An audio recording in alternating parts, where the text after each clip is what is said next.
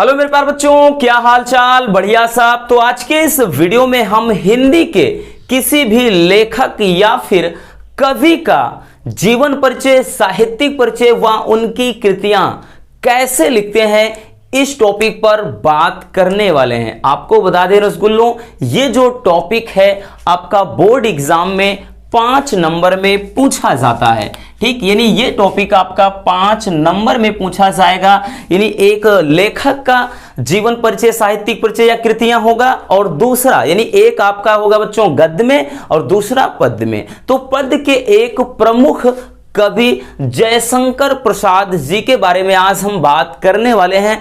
और इसमें बहुत सारे बच्चे तो इतने ज्यादा उलझ जाते हैं, हमने देखा है इतना ज्यादा मतलब फालतू का तैयार कर लेते हैं, फालतू का अपने दिमाग में कचरा भर लेते हैं, लेकिन जिनका कोई मतलब होता नहीं है। हमारे कहने का मतलब यह है कि बहुत सारे बच्चे तो इतना ज्यादा इसको इतना लेंदी कर देते हैं कि जैसे क्वेश्चन बैंक में या फिर बुक में है वैसे छापने लगते हैं। लेकिन ये क्या है, बिल्कुल भी सही तरीका नहीं है।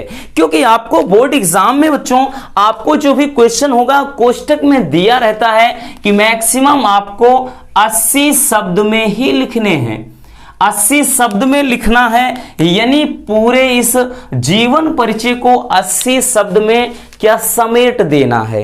अब देखिए इसमें होता क्या है बच्चों, केवल जीवन परिचय की बात नहीं करता है, बोलता है कि भाई कोई भी जो कवि हो या लेखक हो, हमने बोला ना दोनों में आता है, उसमें कहता है कि जीवन परिचय मतलब देते हुए उनके साहित्यिक परिचय व उनकी कृतियों का वर्णन करना है। यानी आपको जीवन परिचय भी लिखना है, साहित्यिक परिचय भी लिखना है, और साथ ही साथ उनकी कृतियां यानी उनकी रचनाएं क्या होती हैं ये चीज लिखना होता है। बेहद आसान होता है, कुछ चुनिंदा आपके 1-2 ऐसे मतलब महत्वपूर्ण होते हैं, बस उन्हीं को तैयार कर लीजिए, आपके ये श्योर हो जाते हैं 5 नंबर। तो चलिए देख लेते हैं कैसे आपको लिखना है ताकि 5 नंबर आपके कहीं भी ना जाने पाए। एकदम हूबहू आपको सेम इसी तरह का लिखना है बच्चों, फालतू का ज्यादा अपने माइंड पर प्रेशर नहीं लेना है, ठीक है ना। तो देखिए आपको सबसे पहले भाई हमने बताया जो भी यहाँ कवि या लेखक होंगे आपको हेडलाइन बनानी, हेडिंग बनानी है, और उसके बाद ये तो हमने बता दिया कि वहां पर होगा, आपको नहीं लिखना है ये पर,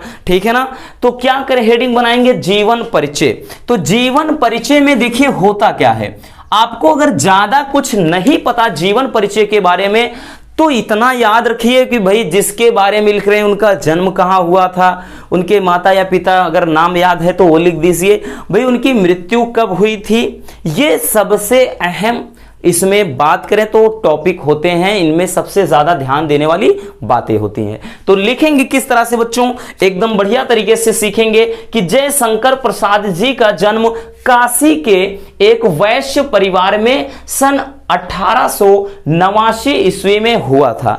और आपको बता दें बच्चों, आपको क्या करना है, पूरा नीली से लिखना है, नीली पेन से। लेकिन जहां पर आपके जैसे स्थान आ गया, जैसे यहां पर आ गया भाई काशी का, तो इसको आप काली पेन से लिख देंगे। और उसके बाद जैसे सन वगैरह मेंशन किया है, इसको हाईलाइट रहे इसलिए हम बोल रहे हैं, ठीक है ना। तो यहां पर लिखेंगे कि जयशंकर प्रसाद जी का जन्म काशी के एक वैश्य परिवार में सन 1889 ईस्वी में हुआ था। फिर आगे लिखेंगे इनके पिता का नाम क्या था, देवी प्रसाद था। आप चाहे अंडरलाइन कर देंगे, हाईलाइट रहेगा, इससे एग्जामिनर की नजर सबसे पहले उस पर जाएगी, बोलेगा भाई बंदे ने पढ़ाई की है, यानी पढ़ने लिखने में ठीक ठाक है ना।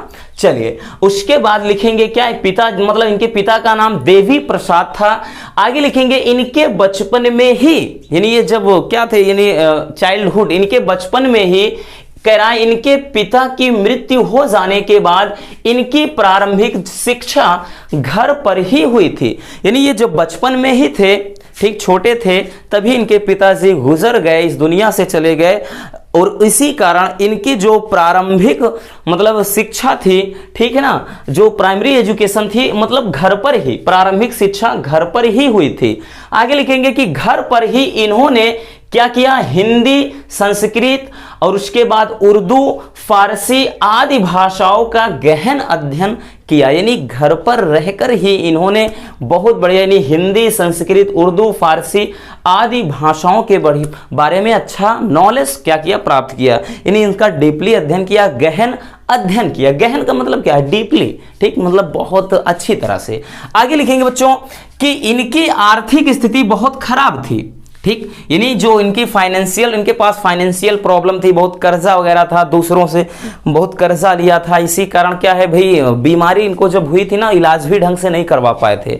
तो यहां पर लिखेंगे कि इनकी आर्थिक स्थिति बहुत खराब थी और क्षय रोग से पीड़ित होने के कारण, क्षय रोग से पीड़ित होने के कारण सन 1937 ईस्वी में अल्प आयु में ही इस महान साहित्यकार का स्वर्गवास हो गया। यानी क्षय रोग से पीड़ित होने के कारण, ठीक, ये क्या है, अल्प आयु, यानी मतलब बात करें तो ये बुजुर्ग होकर के नहीं मरे थे, क्षय रोग से पीड़ित हो गए थे।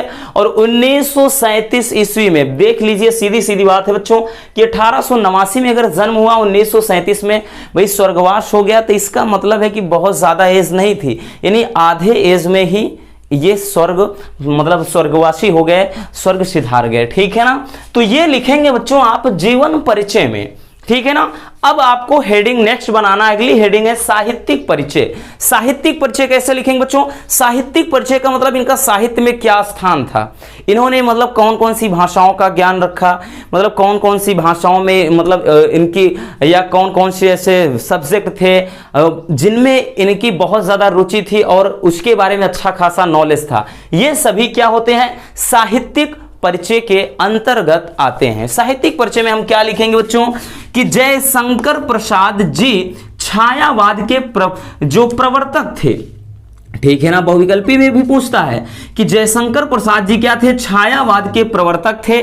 आगे लिखेंगे कि इन्होंने अपनी रचनाओं से हिंदी को समृद्ध किया, यानी ये उस जमाने में क्या, हिंदी के बहुत बड़े यानी प्रख्यात विशेषज्ञ माने जाते थे, ठीक। तो इन्होंने क्या किया? अपनी रचनाओं से हिंदी को समृद्ध किया, यानी कम समय में ही इन्होंने ऐसी ऐसी रचनाएं कर दी कि पूरे हिंदी जगत में ये छा गए थे, ठीक। आगे लिखेंगे कि जयशंकर प्रसाद जी, हाँ, जयशंकर प्रसाद जी एक कवि ही नहीं बल्कि नाटककार, उपन्यासकार, कहानीकार और निबंधकार भी थे। मतलब ऐसा नहीं कि ये केवल कवि थे, नो, ऐसा नहीं था कि ये कवि के अतिरिक्त, देखो कहा गया ना कि जयशंकर प्रसाद जी एक कवि ही नहीं बल्कि एक नाटककार, उपन्यासकार, कहानीकार तथा निबंधकार भी थे। कहने का मतलब इन्होंने नाटक भी लिखा था, उपन्यास भी लिखा था, कहानी भी लिखी थी, साथ ही साथ निबंध की भी रचना किया था। आगे लिखेंगे बच्चों कि इनके काव्य में प्रेम और सौंदर्य का चित्रण होता है। आपको जैसे श्रद्धा मनु है ना, देखा होगा भाई, उसमें क्या प्रेम की भावना मतलब है। तो इनकी जो रचनाएं होती हैं बच्चों, उनमें प्रेम और सौंदर्य का वर्णन ज्यादा होता है, उसका चित्रण किया जाता है, यानी प्रेम की बात होती है और सौंदर्य की बात की जाती है। आगे लिखेंगे ये अनेक विषयों तथा भाषाओं के, यानी अनेक विषयों तथा भाषाओं के प्रकांड पंडित थे, यानी बहुत सारे मतलब विषयों के बारे में इनको अच्छा खासा ज्ञान अर्जित था और बहुत सारी भाषाओं को भी ये जानते थे। ये हो गया साहित्यिक परिचय में, ठीक। नेक्स्ट हमको जो हेडिंग बनानी है रसगुल्लों, वो करना है कृतियां, ठीक। तो हम लिख देंगे इनकी बहुत सारी कृतियां थी और उसके बाद आप एक एक जो भी थी उनको अलग अलग हेडिंग के माध्यम से समझा सकते हैं। तो सबसे पहला लिखेंगे काव्य संग्रह, यानी इनका कौन कौन सा काव्य था, यानी किस काव्य की रचना किया था। तो इनके जो काव्य थे बच्चों वो था आंसू, लहर, झरना और एक कामायनी, ठीक है ना। आंसू, लहर, झरना, कामायनी, ये सभी के सभी प्रमुख काव्य और बहुत चर्चित, ठीक है ना, बहुचर्चित काव्य थे, यानी ये सारे काव्य क्या है, बहुत ही ज्यादा प्रचलन में थे। आगे यहाँ पे दूसरा कहानी, तो भाई कहानी कौन कौन सी थी? आंधी, इंद्रजाल, आकाशदीप, जिनमें अगर हम बात करें इंद्रजाल और आकाशदीप कुछ ज्यादा ही फेमस थी, ठीक है ना। अब तीसरा लिखेंगे कि नाटक, भाई नाटक क्या क्या इन्होंने लिखा था, तो इनके नाटक भी बहुत ज्यादा प्रसिद्ध थे। अजात शत्रु कुछ ज्यादा ही फेमस था, एक घूंट और कामना, तो ये थे नाटक, ठीक। और उसके बाद उपन्यास में बात करें तो कौन कौन से उपन्यास थे, तो कंकाल, तितली और इरावती। इरावती की बात करें बच्चों तो ये अपूर्ण है, ठीक है ना, यानी इसकी मतलब इरावती जो ये उपन्यास, मतलब उपन्यास इन्होंने लिखा था, ये पूरी तरह कंप्लीट नहीं है, ठीक। हो सकता है भाई कि उसी दरमियान इनका स्वर्गवास हो गया था या और भी कारण हो सकते हैं, और किसी कारणवश ये क्या पूरी नहीं हो पाई थी, ये आज भी क्या है, इरावती जो है वो अपूर्ण है। इसके अलावा भी बात करें तो इनके निबंध में, निबंध तो बहुत कम लिखे थे, लेकिन काव्य कला इनका एक निबंध संग्रह है, यानी जिसमें क्या है, निबंधों का संग्रह है काव्य कला, ठीक है ना।